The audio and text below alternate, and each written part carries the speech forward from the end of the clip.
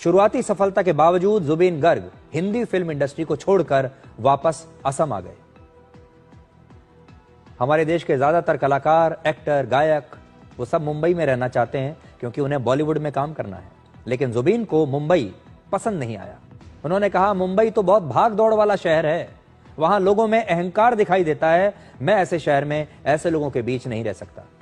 जुबीन कहते थे वो जमीन से जुड़े एक साधारण से इंसान हैं, इसलिए वो अपनी माटी यानी असम में अपने लोगों के साथ ही रहना पसंद करते हैं।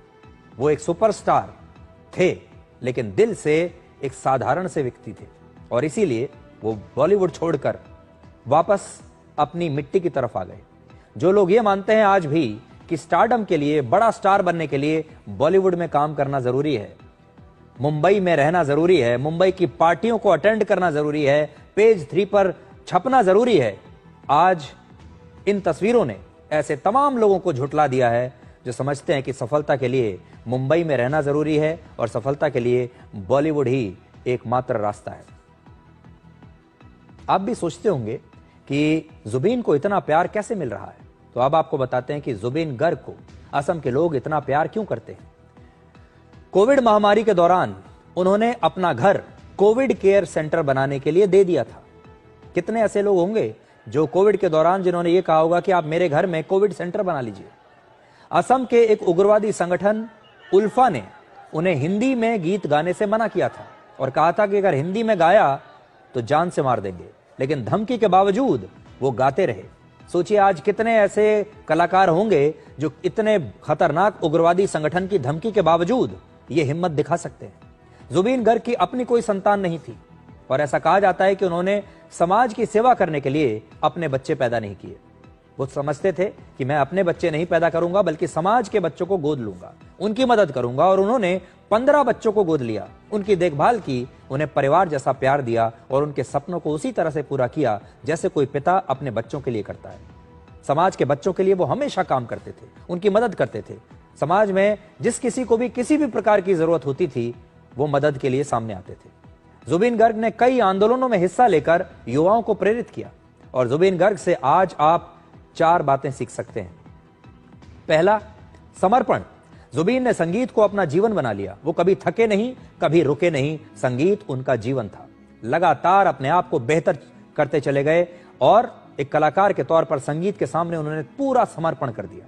दूसरा, अपने राज्य, अपनी मातृभूमि, अपनी संस्कृति, अपने लोगों के लिए उनके मन में बहुत प्यार था और सदैव उन्होंने उनके लिए काम किया। तीसरा, उनकी सादगी। इतना बड़ा स्टार बनकर भी उन्होंने कभी घमंड नहीं किया। और चौथा, उनकी हिम्मत। कलाकार की जिम्मेदारी सिर्फ मनोरंजन नहीं है बल्कि लोगों के हक की आवाज उठाना भी उसकी जिम्मेदारी होती है। एक और महत्वपूर्ण बात जो आप सीख सकते हैं वो ये कि हमारा जीवन कितना अनिश्चित है। आप देखिए, जब भी आप इस तरह की तस्वीरें देखते हैं तो आपके मन में भी बहुत सारे सवाल आते होंगे। ये जो जन्म और मृत्यु का जो चक्र है, इसे लेकर हर व्यक्ति के मन में सवाल आते हैं जब हम इस प्रकार की तस्वीरें देखते हैं। सिर्फ 52 वर्ष के थे वो और 52 वर्ष की उम्र में इस दुनिया से चले गए। यानी हमारा जीवन कभी भी समाप्त हो सकता है। घमंड किस चीज का करना है? आप कितनी आसानी से अगले दिन की प्लानिंग कर लेते हैं, अगले हफ्ते की प्लानिंग करते हैं, अगले महीने की प्लानिंग करते हैं।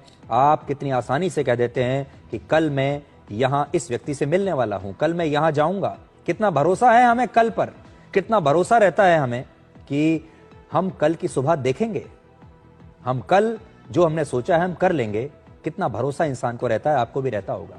लेकिन यह भरोसा किसी भी दिन टूट सकता है, यह जीवन कभी भी समाप्त हो सकता है। इसलिए कम समय में ज्यादा से ज्यादा अच्छे काम कीजिए, जैसा जुबीन ने किया।